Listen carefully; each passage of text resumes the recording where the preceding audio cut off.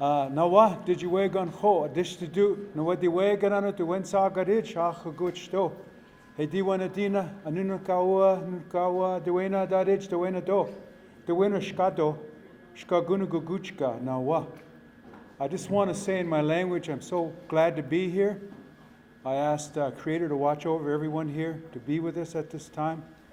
And say a prayer for all of you, for your relatives, for your families, for this land here. And that we come to this place just the way we are. And we have with us, all these gifts. And we have challenges in our lives. And so I ask, that we, as we are here before, all the creation, that we do this in a good way is kind of what my words, opening words are. And I'm just so glad to be here with everyone today. And I want to thank Jason, my chauffeur over here. He's kind of helped me out, brought me over from Bemidji.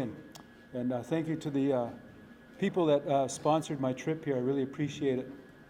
I'm, as you were saying, I'm a professor and also the dean of the Faculty of Social Work at the University of Manitoba, but I'm also a member of the 3 affiliated tribes of Mandan, Hidadza, and Arikara from North Dakota. So some of you might have been out in my part of the way. I've got some relatives in Red Lake, in-laws here.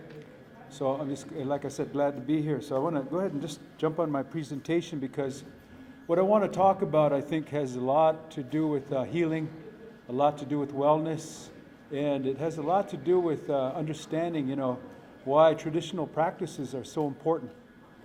So my slideshow is up on the side there, so I'm going to be talking to that. The first slide there is my 2 daughters.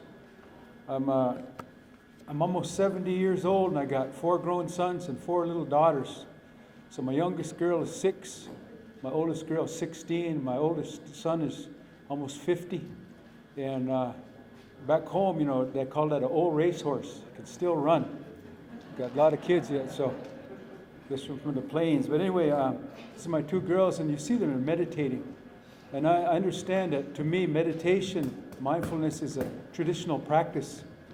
And so I want to go ahead and see if I can advance this and talk about what I talk about is decolonizing the mind, a lot of the work that I do. And what I talk about is how important it is to have compassion for ourselves, for one another, for res dogs, for the lands, for everything around. And when we are creating compassion and decolonizing our mind and freeing up our mind from all this external stuff that's in our mind that we carry around, it changes our perception and our brain's structure and function. That means our brain has this capacity to do that kind of thing. I know that from the research that I've done, that our environment, if we got a happy environment or a sad environment or a neutral environment, it changes our brain, and it changes the way our genes function. And when our genes function and change, it can bring on wellness or disease. That's what we know now about Western science.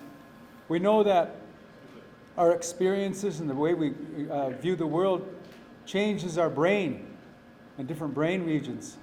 It changes our brain waves, high-level brain waves to low-level brain waves that are fearful, brain waves that are relaxed.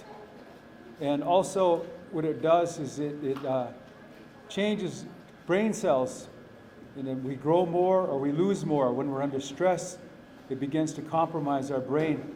Also alters things like neurotransmitters and modulators in the brain that carry messages that could be traumatic messages or good messages.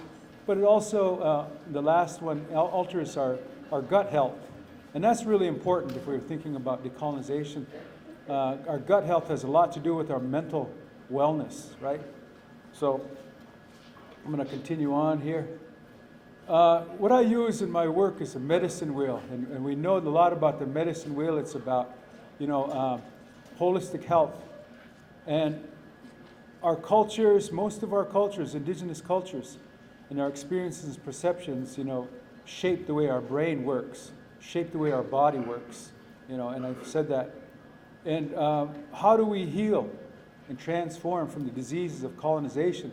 You're talking about one now today. There's a lot of talk about substance abuse and alcoholism. What we know about alcohol now is that, some people can have a different outcome with alcohol, and that's people that have been exposed to it for a long time.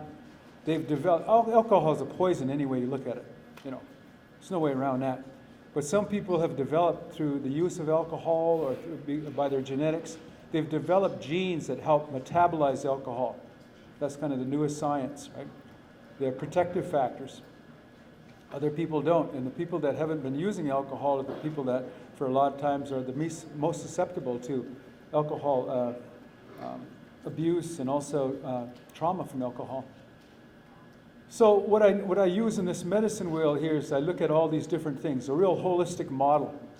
You can't get away from a holistic model without talking about the food you eat, the gut you eat. I know out here you got a lot of walleye, a lot of wild rice, kind of natural things that the people ate here. It's really important to understand that the foods you're eating now, that we're eating now, have been introduced to us relatively recently. Grains, milk, those kinds of things, and they're not always the best for us, right? That's why I don't know how diabetes here is in Red Lake. I know that in my community there's a lot of diabetes. I grew up in a family where there was 15 of us kids, 11 boys and 4 girls. Almost every one of us have diabetes. I don't have diabetes because I follow a very traditional lifestyle of eating and exercise and meditation, those kinds of things. But when I look at my genetic markers, I'm like, wow, I have those genetic markers for diabetes. I have a strong chance of developing diabetes if I eat a certain way and I don't exercise. A lot of it has to do with colonization, right? And colonization is this model here. There's this, one time, Anishinaabe people, indigenous people were kind of doing their own thing. And then at another time, visitors came from Europe and Americans came. It was an unwelcome sort of intrusion phase where ideas, foods, governance, different ways of thinking about spirituality were all brought into the communities. And once those entered into the communities, the relationships became toxic and harmful with the contact of these different kinds of things. And then the third thing that happened that we've seen is there was a culture that was overwhelmed, by these different kinds of things. And of course, death and decay set in. At one time, in the contiguous, all the 48 states, the United States, there were probably as many as 10 million indigenous people. 10 million by the time 1492 rolled around. By about 1790, close to 1800, there were only 239,000 Indians left. That's the Holocaust. Millions and millions of people died from slavery, starvation, from war, from murder, from genocide, colonization, land loss. It's unbelievable to think about the number of people that died during this Holocaust phase from 1492 till the current day today. They're still dying, right? That's what colonization is about. The last part of this model says that those of us that survived the first 3 stages became the colonized people, right? We now have the ideas, the beliefs, the values, and the practices of the colonizer. We've got our own ideas, but we have many of the colonizer. We don't speak our language, we don't live traditionally, we live a lot like the colonizer. But we still function in colonial society. But what we're talking about that today, it makes us very vulnerable to what's happening now in society today. So that's colonization. When you think about colonization, this is what Professor Roxanne Dunbar Ortiz says. From the colonial period through the founding of the United States and continuing into the 20th century, this has entailed torture, terror, sexual abuse, massacres, systematic military occupations, removals of indigenous people from their ancestral territories through Indian removal policies, forced removal of Native American children to military-like boarding schools, allotment, and the policy of termination. I live in Canada. I'm not Canadian, but I live up there. I'm from North Dakota. I'm a U.S. citizen, but I'm filing for permanent residency in Canada. But I've had a chance to visit and spend a lot of time with people who've been in residential schools. Those stories are very, very heart-wrenching. to the gut. And more of those children have been found in graves across the country, and they're finding more. That work's going on. It's difficult to kind of imagine how badly Indian people are treated in Canada. If you don't know that, it's really, really difficult for a lot of people. They're working on truth and reconciliation in Canada. The country's trying to acknowledge what they did to Indigenous people up there, to their children.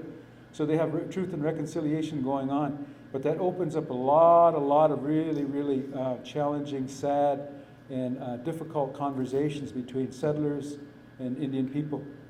So that's what's going on. So it's part of the decolonization process. It's not easy. I know the United States doesn't have that. Your government here is not having a conversation with you about the land they took and the things they did to you, right? That's happening in Canada. So what happens when you're colonized? Well, it happens, these are things we didn't know until very recently. We know that you can be colonized way down into the molecular structure of your body. That, what I call traumatic plasticity, meaning that you can be, that trauma changes all the time. Severe emotional or mental physical distress by all these negative experiences. And I'm sure that we're still having them now today because of the loss of our family members and people in the community. I was telling my brother over here that the last time I was in Red Lake was 2005 after this mass shooting that happened. I was called in. I came with a team of people from IHS, but I wasn't an IHS person. I do work in decolonization and sat down with people in the community. We talked about colonization at that point, what happened to the communities, the structure, how the men at one point used to take responsibility for raising the young men to show them this way, right? So we had a lot of conversation with people about that. That was 2005. I haven't been back since then, but I realized, there's been a lot of trauma that's continued all over Indian country, all over North America, all over Turtle Island. And what molecular colonization means is that, way down deep inside of us at the molecular level, the smallest unit that makes up our body, traumatic decay or destruction is happening because of trauma, because of colonization. It's still happening today, right? This is the thing that happens with chronic stressors in our lives. We don't get any reprieve from those kinds of things. There's another part of us that happens in our brain. All of us have what we call dendritic spines in the front of our brain. They look like these little spines on the screen there. We all have them. And one of the things that we know is that when we're under chronic stress, when things are happening in our life, when we're remembering bad events, when we're reliving those bad moments, when we're not getting enough sleep, when we're not eating, good food and we're staying up late at night, or we're angry or we're sad, these kinds of things all conspire to then break down these really important little things called dendritic spines. And they are very important for us. Think about our kids, think about elders, think about parents, whoever. When these break down, it affects our memory and our learning. We don't learn as well. We don't remember as well. I wrote a book chapter just recently, it just got published in this book, and I was examining the level of rates of dementia and Alzheimer's among Indian people. It's one of the fastest growing illnesses or diseases we have in our communities is Alzheimer's disease. We don't have to die from that. That's kind of an optional disease. If you lived a traditional life where you got up every morning and you walked and you ran and you went and broke a hole in the ice and you sat in the ice cold water, you waited to eat and you ate the traditional foods and those kinds of things. You spent time around people that supported you. You laughed a lot. You slept well. These are all protective factors against things like dementia. We live in a world now where our world is upside down, and so one of the things with this chronic stress from colonization is that it's affecting our brain. So when you look at the last point way down there, it says dendritic spines provide protection against Alzheimer's disease. That's not something I'm making up. That's something from the research. We know. Now, the good thing about this, little spines that are broken down because of chronic stress, of thinking, thoughts, or of having emotions that are angry or sad or that are, hopeless, is that when we change the way we think, we start thinking positive, when we start smiling more, when we start laughing more, when we start, feeling hope and optimism, they begin to repair. They begin to repair in our brains. When we don't, when we think about historical trauma and boarding schools, residential schools, and alcoholism, and all this trauma, they don't repair very well. I'm not saying we have to deny them. What I'm saying is that we have a choice to look at them, to look at these experiences and say they're difficult, and then to suck it up and try to stay positive and do things that are positive. Because if we let our mind continue to be governed and led by this traumatic, sad responses, it does damage to our brain. There's another part in our body too that are called telomeres. I don't know how you'd say that in Anishinaabe, but they're at the end of your chromosomes. Like the end of your chromosomes are caps. We all have chromosomes, and we don't want our chromosomes to be affected by radiation or by exposure to things that can damage our chromosomes, because then we have genetic diseases. If you know of people that have had children that have had birth defects, if they were exposed to nuclear radiation, that's what happens. It destroys their chromosomes and mutates them in certain ways. Radiation does that. Traumatic, emotional thinking does the same thing as radiation to your chromosomes. Probably not as bad and not as quickly, but that kind of continued thing begins to damage chromosomes, and it damages the telomeres that protect the chromosomes at the end. So there you see there's kind of grandpa chromosome there, and his telomeres are shortened because life is long and it's hard, so they get short. That's naturally. Then you've got that little chromosome, his are long because they need to be long when you're young. What we know though is this, that middle-aged people who are physically active like our people used to be, get up and move every day, go out there moving all the time, not only had higher aerobic capacities, better lungs, better heart, better ability to get around, but also had these longer telomeres, which is a good thing. Now, these are middle-aged people in their 40s, right? They had these lengths that were similar to people that were younger than them.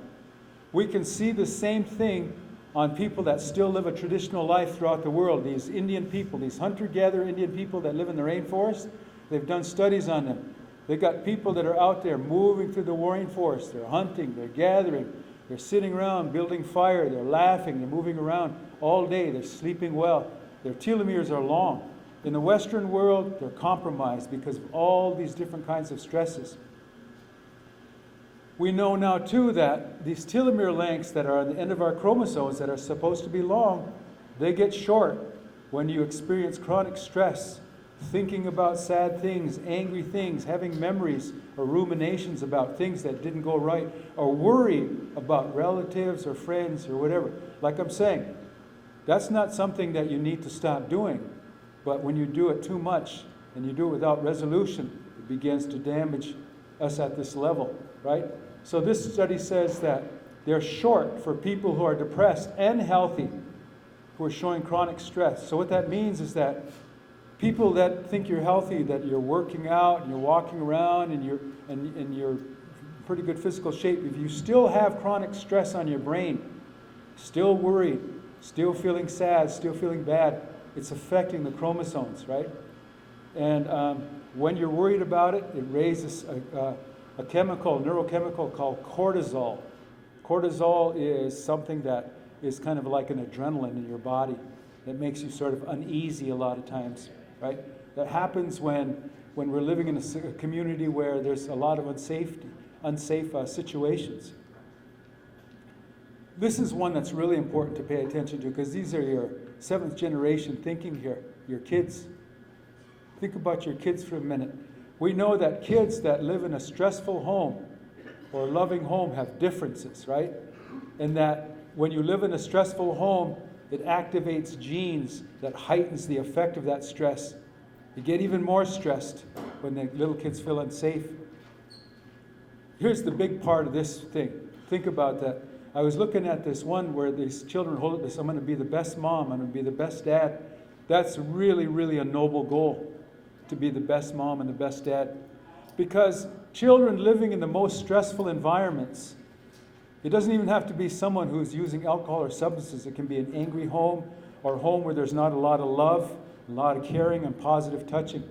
Have these telomeres at the end of the chromosomes that are 40% shorter than kids that live in the most loving homes.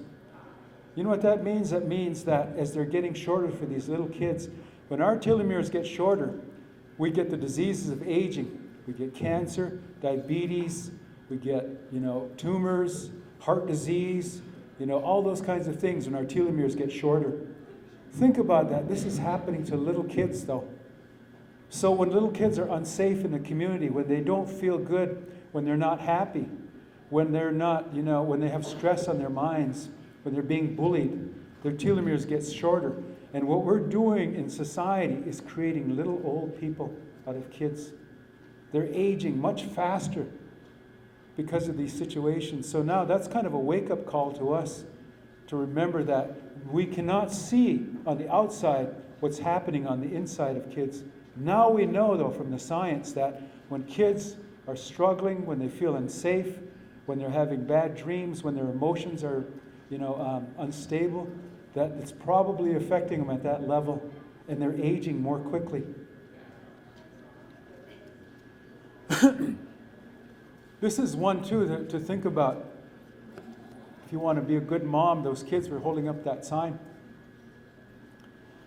That moms that are exposed to traumatic factors in life, it could be young women here who are planning on having kids, or someone if they're exposed to trauma, to hate, to, anger, to these kinds of things, they get shortened telomeres.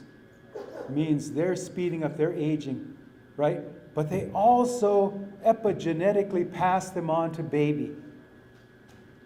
We didn't know that. We know this now. We know this now that mom actually passes that epigenetically on to baby. So when babies are born with shorter telomeres, that means baby's older. Their heart is different. Their metabolic rate is different. It means that baby has a higher chance of getting diabetes, depression, anxiety disorders, probably a shortened life expectancy, which is why life expectancy is probably quite low among a lot of Indian communities. I know my own community, Fort Berthold, I think men live to be about 51 over there. And women live to be maybe about 60. That's about 20 years less than white people in the general U.S. population. That's the average. A lot of it has to do with the stress and trauma that comes from things like you're talking about at this conference, substance abuse, alcohol, and the effects before and the effects after use that stay a long time. There's a lot of life factors, too, that compromise young women and women who have had kids. A lot of hate crimes, missing and murdered Indigenous women and girls and people. There's abuse, poverty, isolation, violence, mocking Indigenous women, ridicule, exclusion, stereotyping, sex trafficking. They have to live with fear, lack of safety, these memes of hate, like the Indian princess or the squaw, those words that are used, even by somebody like the President of the United States, Donald Trump, right? The biggest leader of this country, using those kinds of terms to describe Indian women. It's disgraceful. But this is what people live with, right? This is what we have to live with, because that's colonization. What about how do we get out of this then? Decolonization. And decolonization here in this model here is that the first thing we do then is we begin to cleanse ourselves. We begin to strip away all these memories, all these things, these thoughts, these practices that have overcome us. We begin to clear our minds, move back towards the Renaissance period there. You see that? That's the restoration of our tribal practices, our thinking, our beliefs, and ways of doing. That's the healer there. if we're still in the cleansing period, we can't get over to the period where we need to restore things. And then finally we move to the Renaissance period, or the Enlightenment period, where we begin to birth new ideas, new thinking, new technologies and lifestyles that advance and create wellness. I was just talking with my brother when we were riding up here, and I said I was talking about a story about Harushka. Has anyone heard that story about Harushka? Harushka happened a long time ago, long time ago. I think it happened probably down in Ponca territory. And the Poncas, maybe somebody had a dream, I don't recall exactly, I was told this quite a while ago, and it was about a white horse, but they wanted to send a song around to all these people about relatives. So it was a Harushka song. I think the Winnebagos kind of sing all those now. So they got this white horse and they made these songs and they sent it from the Poncas over to the Omahas, to the Lakotas, the Dakotas, up to, over to Minnesota, to the Ojibways, and to Wisconsin, to the Ho-Chunk and all those folks. So that was a way of, it was enlightening people of like, hey, there's these other people down there, these other Indians, we don't know them, but they sent us this song, they sent us this horse, this way of communicating with them. That's what I'm talking about, is that because of that, people became enlightened and they understood other people were doing sacred things, and they incorporated those sacred things into their own way of life. So that's what decolonization is. We're always borrowing songs, ceremonies, ways of doing. We're intermarrying with tribes, those kinds of things. So it's always regenerating and renewing who we are as indigenous people. So in terms of practices, what do? Well, then we engage in practices that help us, cleanse who we are. We engage in practices that are traditional, contemporary songs, dances, prayers, symbols, ceremonies, stories, dreams, and something that I don't hear much about, but I hear every now and then, is the prophecies of the people. I don't know what your prophecies are in this part of the country, but I kind of know what some of our prophecies are. But I always really like to sit and listen to kind of hear what the prophecies are, because as I understand, when I talk to people, different prophecies are coming to pass in the world, right? I've seen one of those pictures there. They're doing the ghost dance there. In that one of the pictures in one of the films. That was part of a prophetic movement to change, right? This was something that was going to bring about change, was having that culture and that dance.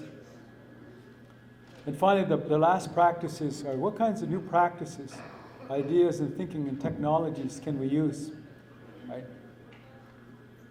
So I'm going to kind of move to now the spirit, the practices of mindful decolonization, and talk a little bit about some of the work that I do on mindfulness and meditation.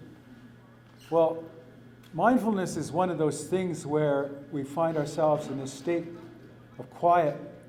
And I want to practice with you right now that. So what I'd like you to do is I'd like you to just all sit up straight, put down your coffee and your cell phones, and if you feel safe enough to do it, just put your hands in your laps and settle back and close your eyes. Close your eyes. And I want you just to kind of feel how it feels to have your breath coming in,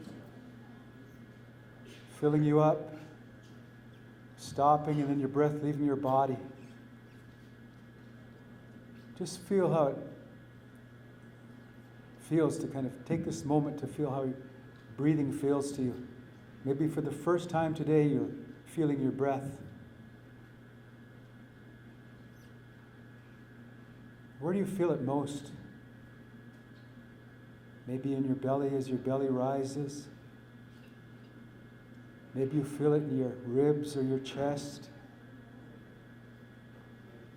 Maybe you feel it in your shoulders as your shoulders rise up and they fall. Maybe you feel it in your nostrils as that cool air comes in and that warm air goes out.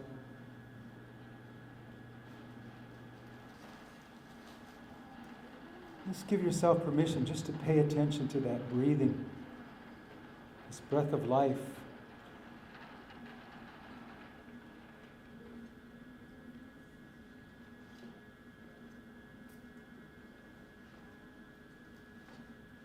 And you take a nice deep breath in, breathing in, breathing in, breathing in, filling your body, breathing out, breathing out, breathing out. And just maybe seeing what that breath looks like as it comes in, this breath of life, this flow of life coming into you. Maybe it's a certain color, circling around the body, purifying the body, and then going out of the body.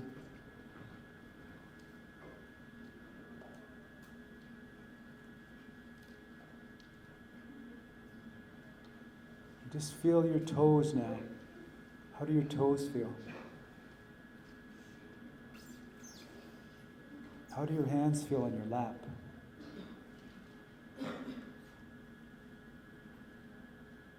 How does your smile feel? It's okay to smile if you feel happy. Remembering you're alive. Maybe it's the first time of the day that you remembered that you're alive. Giving gratitude to this moment with each breath, breathing in the gratitude, filling the body with thankfulness, breathing out gratitude to everyone in the room, breathing in good feelings from everyone, breathing out and sharing these good feelings with everyone in the room, feeling that sense of connectedness to everyone. That sense of love that you have for everyone in the room, the sense of care, the compassion, the goodness you feel.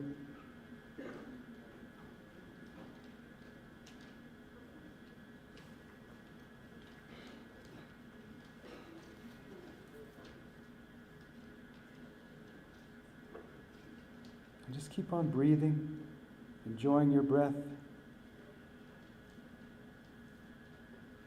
Enjoying how it feels.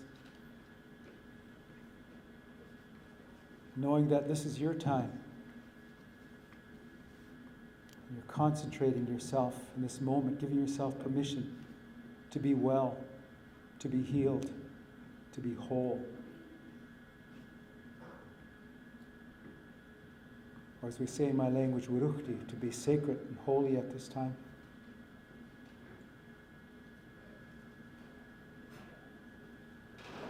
Okay, now I'm going to bring you back to the room and ask you just to, when you're ready, just gently open your eyes. Hold your position. Smile if you need to smile. And remember to drink some water today. Okay. So what you've just done is a practice called mindfulness meditation.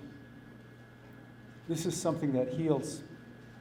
And I want to move into some of the healing that goes. So as you were doing your meditation, you know, normally if I was doing a real teaching with you, I'd be telling you, don't judge your experience. Just breathe. Don't attach to any thoughts that you have, good ones or bad ones. Just watch your breath. Pay attention to your breath. Accept everything that's happening and stay in your present moment awareness.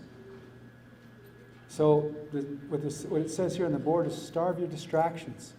Work on being resilient, concentrate, challenge yourself to be focused, just like you do when you're listening to a prayer or singing a song. Okay. So there's all kinds of meditation practices you can do that indigenous people did, like your ancestors did. They sat in meditation. When they walked in a sacred way, they were meditating. Sometimes during a feast, they ate in a sacred way. They didn't talk or laugh or look at their cell phones. They were understanding this was a sacred feast. They listened to one another, mindfully listened to one another. Maybe some of you were openly monitoring the room and you could hear all the stuff that was going on. The sounds, the smells, things that were happening out there, right? All kinds of practices. What we know about mindfulness is it does all these wonderful things to our brains now. Helps preserve our brain from aging, reduces the me, like it's all about me. No, it's all about us. It reduces that it's all about me. And that's what indigenous people were. We were collectivist cultures. Its effects rival antidepressants, right? Depression and anxiety disorders. Helps bring about changes in the brain that are good changes. Only a few days of practice begins to change your brain. Reduces anxiety. And the last thing, if you can see it, meditation can help with addiction. That's research. How many people here do meditation every day like we just did? A few folks. If you could bring this to your community, I could guarantee, I'm gonna go out on a limb and say this because I've studied enough. In one generation, you could completely change the well-being of community by just doing that practice you just did. You could indigenize it. You could add Ojibwe words or songs or smudge to it while you did it. But it could change because the brain, as you can see, changes. What we know about kids, now this is something I tell everybody, every community, you should have it in your schools. You should be teaching it in your schools because it helps with children's attention, builds their compassion for themselves and one another. It helps them regulate their emotions so that their emotions are even and they're happy. They don't overreact or underreact. Their emotions are stable, they're healthy. And it helps calm. When kids are taught, the first thing to do when they're feeling angry or upset, they go 3 deep breaths. It helps begin already to lower the cortisol levels. And if they need more, you can give them more. Gone should be the days of expelling kids from school or sending them down to a room, to a detention room. That's barbaric. I don't believe in that. Kids need attention. They need positivity. They need to learn how to regulate their emotions. And that's done through example, right? What happens then to the brain when we begin to meditate? One of the things here, you look at this screen, that only after 11 hours of practice, that's 22 half-hour sessions of practice, the white matter in the brain begins to increase after only 22 hours. That's good because the white matter in the brain helps the brain communicate back and forth. The part that's upset, that's angry, that is, feeling lost, can communicate with another part of the brain, this part of the brain here. If you just took your hand and put it on the right side of your brain, your head right here, put it right here, on the right side. That's where love and compassion lives in your brain. They're called the neurons of compassion. It's called the anterior cingulate cortex. All you have to remember though is when you put your hand on your head on the right side, this is where the love and the compassion neurons live. They're hard to access unless you practice loving talk, loving speak, loving thoughts, and you practice meditation, right? This helps because then the angry part talks to the other part of the brain and says, calm down, relax, love them, care about them, care for yourself. That's only 11 hours of practice. This is my second youngest daughter, Pachiparino. It means the new moon, Duduhu. She is beautiful. She's 5. It's about 5 years ago she was practicing. I staged this shot though, because what she practices, all my kids practice. I've got 4 grown sons. The oldest one is in their late 40s. And the youngest is 41, and I've got 4 young daughters. The youngest is 6. My oldest daughter is 16, so I've got a big spread, like I was saying. But guess what? They all do meditation because I know how important it is. I know how traditional it is. After 45 minutes practice a day, big things start to happen. Your memory begins to improve. Your sense of self and identity begins to get better. You have more compassion for yourself, more empathy for yourself. Your sense of self becomes bigger, and you'll say, I know who I am. I know what my purpose is now. That's what meditation does. Because it reduces that part of the brain that keeps you engaged in stress and emotional disorders. There's another part of the brain that activates. You see that? It's lit up in kind of the yellow. That's activation. It's called the insula. This part of the brain is that gut feeling. When you get that gut feeling, that doesn't seem right. That part of the brain is activating. So that part of the brain helps you kind of scan, how am I feeling today? Right? Kids need to know that. We know that it also helps us control negative emotions and regulates our body's sense of balance. We know that what it does is increases a particular matter in the brain called gray matter, what enables us to kind of control our negative emotions, right? And our mental emotions are all controlled. And again, meditation helps us do that. It'll help. It doesn't matter how old you are. You can be the oldest elder on the reservation, or you can be the youngest kid in Head Start.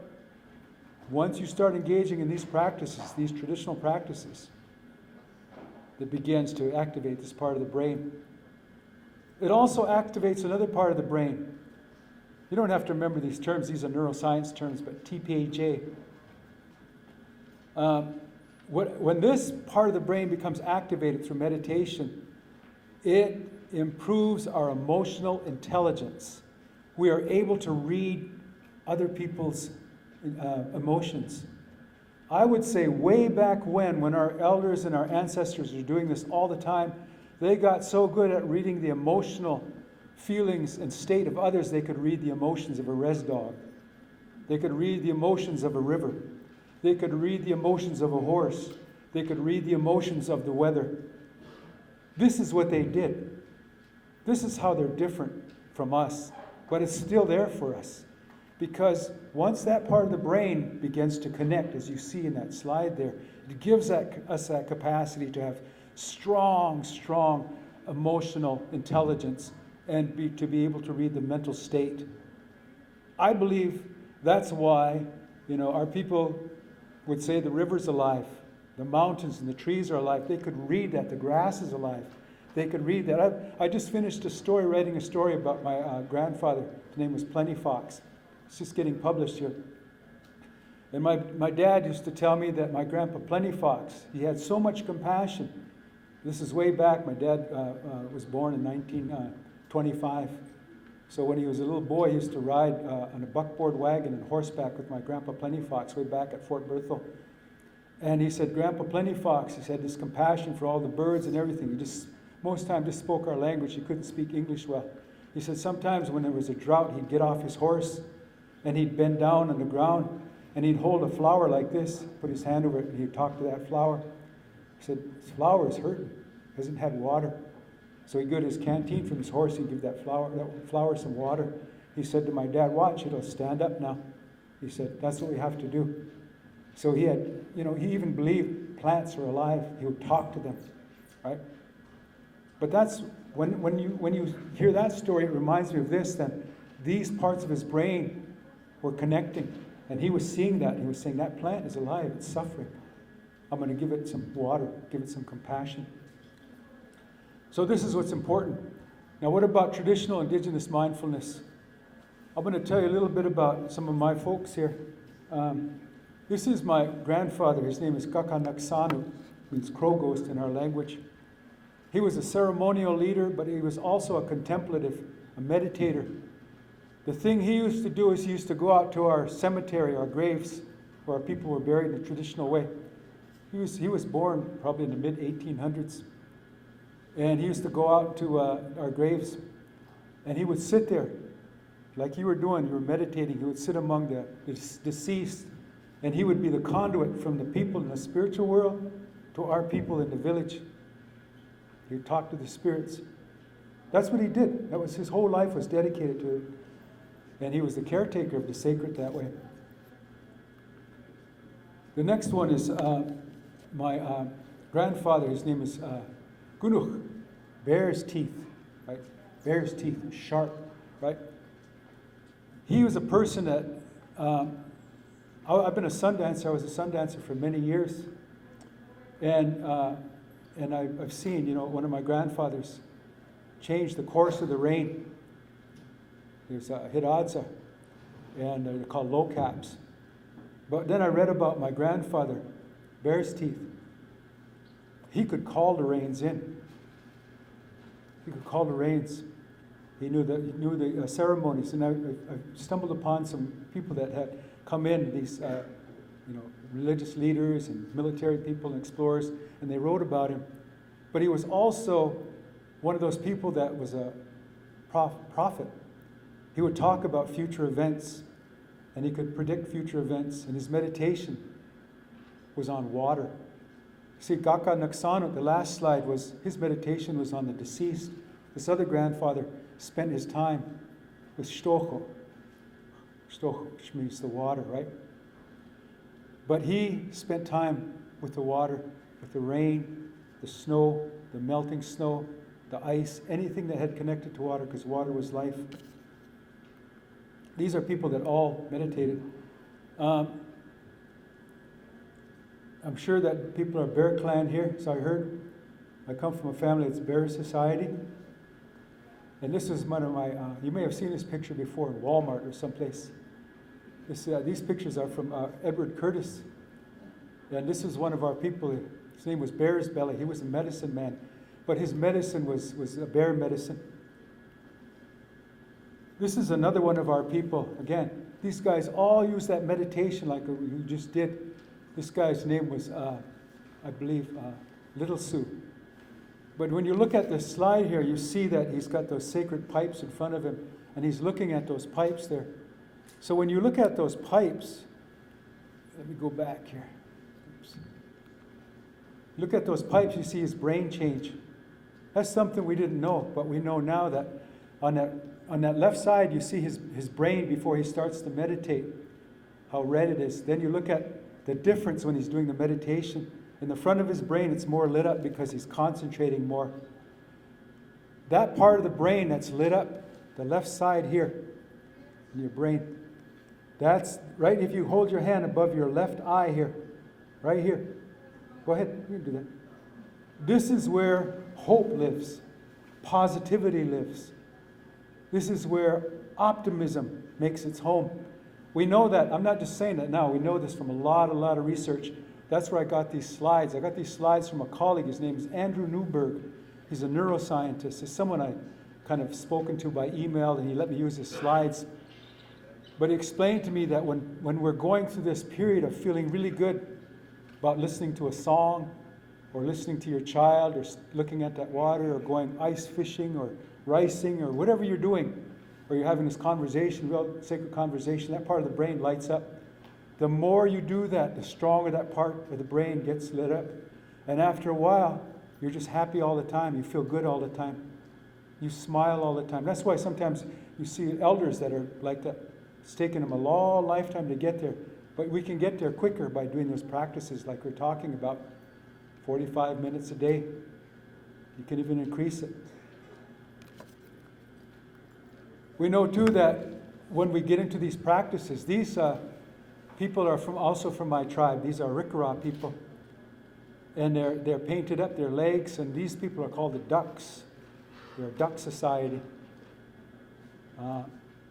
They're ducks because our people believed that ducks were special.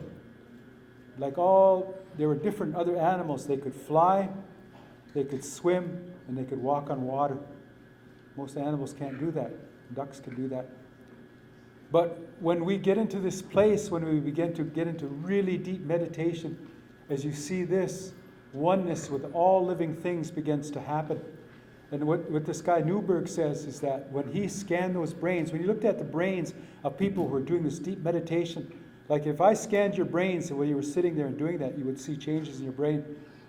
He's talking about Buddhist monks and nuns having these really mystical experiences when they report timelessness, spacelessness, and they begin to transcend right now here. They get this sense of Warukti, we call that Diwarukti, getting to this really holy place. I don't know how you say that in Anishinaabe, but we say Diwarukti, that's that place where you're like, wow, just feel that sense of holiness there. And when you get into that place, it changes part of your brain called the parietal lobe. And what happens is that you connect to all living things then. You're connected to everything. This next slide shows that. These are, again, people from my community. These are men way back in 1904, I think. They're singing to this tree. They're singing to this tree. This tree is Adnatawissa. Adnatawissa, this mother, this grandmother who comes to the people to help the people. And you see what they're doing is they're singing to her.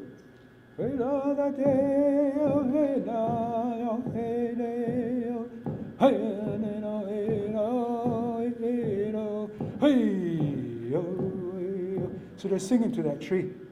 Mother, help us. We're your children. We're here.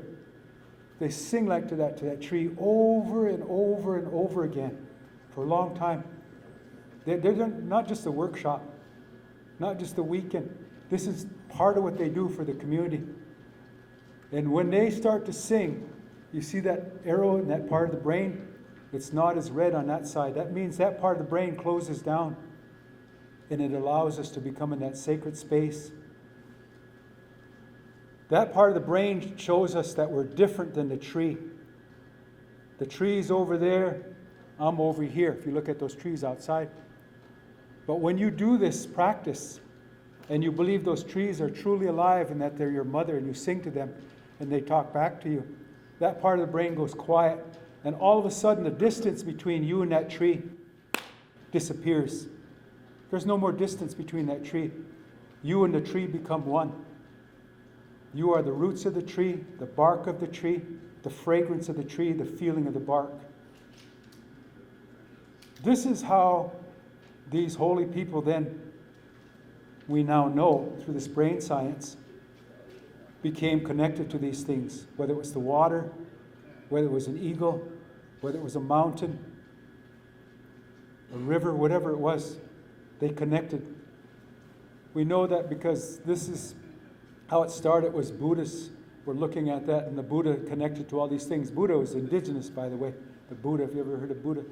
When he was at the last point of trying to find enlightenment, what he did is this being called Mara, which was kind of like the devil, came and said, "Who are you, Buddha, to kind of think you can teach enlightenment to the world? Your ego, and you're trying to be too much, right? No one's gonna see what you're doing." So what the Buddha did is he took his hand, he raised it up, he put his hand on Mother Earth, and he tapped the earth. He said, "The earth sees what I'm doing. The earth recognizes what I'm doing." That's when he connected. Now, not all of us are going to reach that state. But I would say introducing that into a community to some of your young people, maybe have an opportunity to kind of begin to lead in that way again, for this way. Again, it's all part of the brain, it's all part of the emotions, it's all part of culture. This is kind of more of a current, present day thing with the Sundance, right? Same thing. Tree of life, putting in your tobacco ties, honoring people. So I see there's some smudge up here. I wanted to kind of raise this here too, because I thought this was really important. It's research that's been going on about smell. That smell plays such an important role in our mood, our stress, and our ability to work and be aware. All these studies that are being done now, they're very recent studies about fragrances, how they affect our brain and how our thinking abilities, and they're measured in these different kinds of ways, right? But the studies are showing this, that smells, significant, important smells, stimulate our brain's sense of what they call olfactory, and they change, our ability to kind of think more creatively. They increase it. Our mood improves. Our social behavior becomes better. That's become now to a science where now, if you've ever seen it, now you can go on Amazon if you'll get on the internet. My wife ordered me one of these things. There's these things called diffusers. You can actually put, a scent inside of them and plug them in at night, and that scent comes out. I suppose you could smell a sage in there, or sweetgrass if you got this, these essential oils, whatever they are, you put in there. The research is now showing that when you turn those on at night for a couple of hours, that your memory begins to improve. This may be another reason that our ancestors never got dementia or got Alzheimer's, because they could smell the fires burning, they could smell the sage or the sweet grass or the tobacco or the cedar burning in the fires. And it was increasing, the brain's activation. It all gets back to tradition again, things that people did that were taken away through colonization, but people can still do today. So there's a lot of things then, that can heal the brain. As I was saying, I talked a bit about the brain waves, the insula, and different kinds of readings. Well, how much does it take then? This is the last thing I want to talk about. Am I over time? Probably over time. Am I out of time? Huh? No? Okay. Another hour? Okay. All right, so this is my oldest daughter when she was about 2.5. We lived in California then. She started meditating when she was about 18 months. I was meditating, she'd come in there, she'd walk in there, and she'd sit on my lap. And after a while, she just started meditating with me. So how many hours of meditation before you find that place where, things get better, and get even better, and you find, this special place? Well, beginners is about 100 hours. What they call meditators is about 1,000 hours.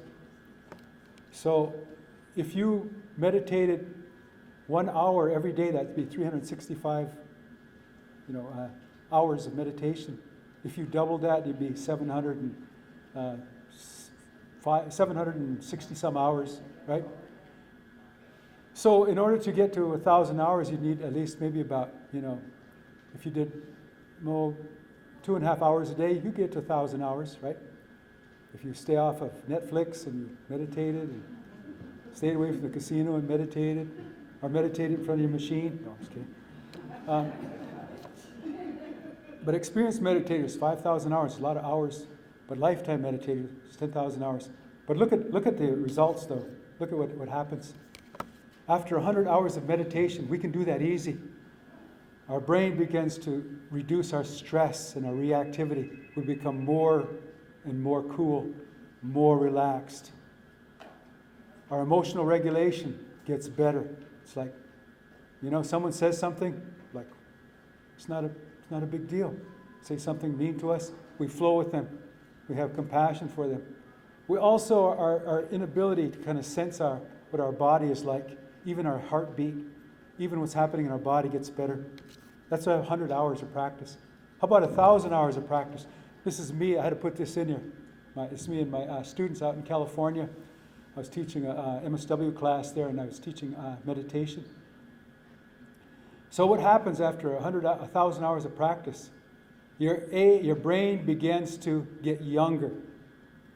That's a good thing for us elders. It gets better. This research shows on the average person gets almost 8 years less of aging.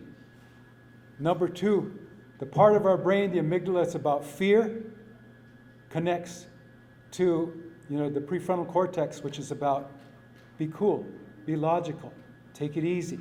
Those part of the brains begin to communicate better, and your regulation of emotions get better and better. You're cooler and cooler, under pressure.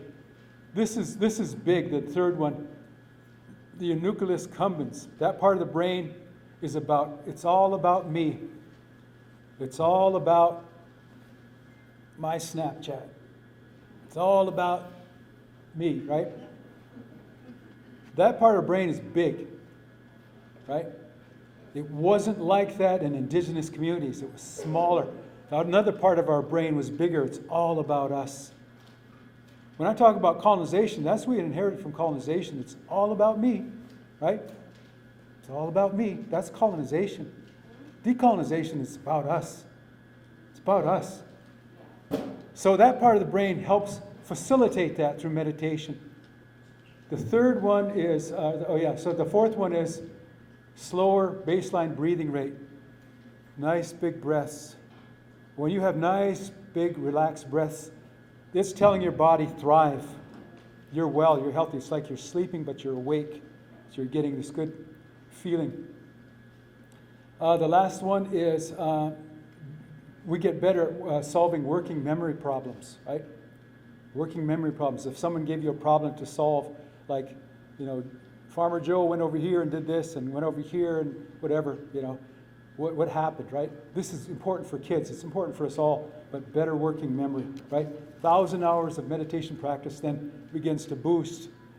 I believe, this is my belief after reading the science, we can develop genius in the community. Genius capacities are available to us, But I'll talk about that later. What about 5,000 hours? If you take note of the blue in the brain, the blue is the part of the brain that gets lost. That's the controls are the people that don't meditate. See how much brain loss there? This gray matter is lost? So much. You lose gray matter like that, you're going to get dementia. You're going to get Alzheimer's disease. No doubt about it. The meditators, see how much less they've lost. So, 1,000 hours is your stress response is so good by then. It's so decreased that, you're always thinking ahead that stress is not going to get you. You're always in that place when stress happens that you can be, function in that way in a very, very proficient and expert and really good way, right? Working memory gets even better. Remember I talked about telomeres? Those things, those little parts of our body that age quickly. Look at this. This is reverse aging. The third bullet point says small improvements in molecular markers of cellular aging. That means we're actually starting to reverse aging in the way in our body by doing meditation. Some of those markers begin to recover. Some of that part of our body begins to get stronger. We begin to get younger in that part of our body, which is again why when you look at some of those old pictures of indigenous people way back when, they look pretty healthy because they lived a very contemplative, meditative life. You see that last one now, the default mode network? That's when the brain is all over the place. So if you had a hard time when you did the meditation, you start thinking about this, that, what are we going to have, what are we going to eat, what's going to go on, what am I going to fix for dinner tonight, I better check my Facebook, whatever. Those kinds of things, that's the default mode network is when you kind of got to call the monkey mind. Mind's all over the place, right? It's hard to think that way. Then you all of a sudden you think about not one trauma, but you're thinking about 10 traumas, right? That's hard. 5,000 hours of meditation practice then brings that down, right? So that your brain's not scattered all over the place. What about 10,000 hours? Big stuff. 10,000 hours are off the charts of these gamma waves. You see that? When you have gamma wave activation, which means like your brain is just really activating, in that gamma wave, it means that your brain's creativity has gone up through the roof.